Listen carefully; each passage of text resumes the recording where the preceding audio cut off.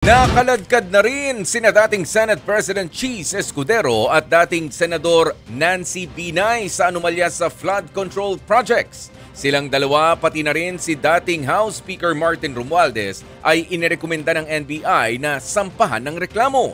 Narito ang report ni Mean Los Baños. Sa Senate Blue Ribbon Committee, pasabog ang unang pagharap ni dating DPWH Undersecretary Roberto Bernardo. Hindi lang pag-amin sa katiwalian ang ginawa ni Bernardo, kundi derechahan niyang pinangalanan ang umano'y mga politiko na tumatanggap ng kickback mula sa mga flood control projects. Ako po ay umaamin sa aking maling nagawa. Pinahintulutan ko po ang aking sarili na maging kasangkapan sa pagpapatupad ng isang masamang gawain. Handa po akong gawin ang lahat ng nararapat upang maiwasto ang aking kamalian. Unang idinawit ni Bernardo si Ako Bicol Party List Representative Zaldico. 25% daw ang komisyon na hiningi ni Ko kada proyekto. 2% doon pinaghatian pa ni na Bernardo at dating Bulacan District Engineer Henry Alcantara. Congressman Zaldico one time called me to say that he met Engineer Alcantara and wanted to confirm, maayos bang kausap si Engineer Alcantara? To which I replied, maayos po. Engineer Alcantara would tell me every time that he made deliveries of cash to Congressman Zaldico in compliance with his commitment to Congressman Zaldico.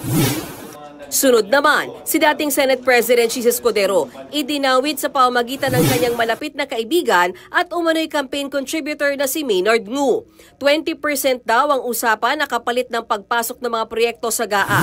I would like to add that deliveries of cash were personally made to me, by me, to Maynard Ngu at his office in Manila.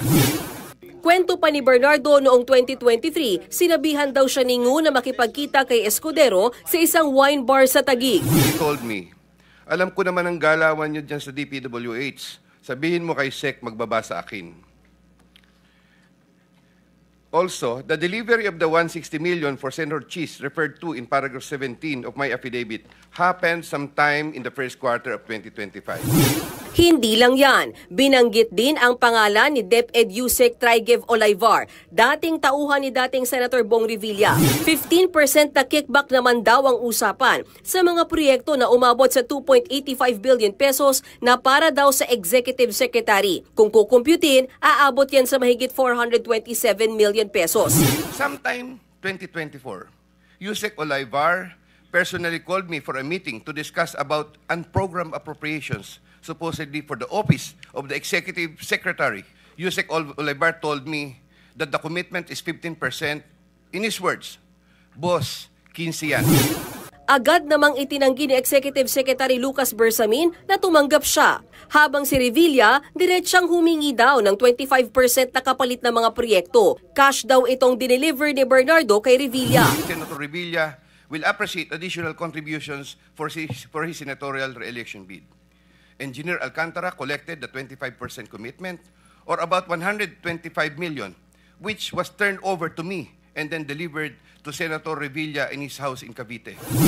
Hindi rin nakaligtas si dating senador at ngayon Makati City Mayor Nancy Binay. 15% ang hiningi raw ng kanyang staff ni si Carlene Villa. 37 million pesos daw ang dineliver ni Bernardo sa bahay ni Binay sa Quezon City. Sa kabila ng pag-amin ni dating Undersecretary Bernardo sa umunoy pakikipagnegosasyon niya sa ilang mambabatas para sa porsyentuhan sa mga flood control projects, itinanggi naman niya na may kinalaman siya sa tinatawag na 20-20-20-40 scheme.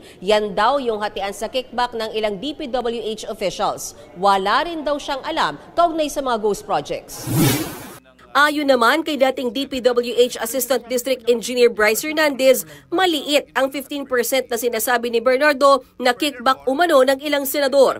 25% daw ang minimum niyan. Pag po gano'n na senatorial funds, minimum po yung 25%, nagiging 30 pa nga po. Sa dami ng pangalan at halagang lumutang, humiling si Bernardo na maipasok siya sa Witness Protection Program. Patuloy naman daw iniimbestigahan ng DOJ ang affidavit at salaysay ni Bernardo. Irerekomenda rin daw ng National Bureau of Investigation ang pagsasampa ng reklamong indirect bribery at malversation of public funds laban kina Senator Escudero, Mayor Nancy Binay, dating House Speaker Martin Romualdez at sa mga nabanggit sa pagdinig. Nagbabalita mula sa Frontline, Mean Los Baños, News 5. Mga kapatid, ako po si Ruth Cabal. Dito tayo sa totoo, dito tayo sa True FM. Mag-follow at mag-subscribe din po kayo sa aming social media accounts at True Network PH. Diyan po yan sa aming X na dating Twitter, sa FB, sa Instagram, sa YouTube, sa TikTok at sa mga podcasts. At syempre, tutok din po kayo sa Signal True TV Channel 19.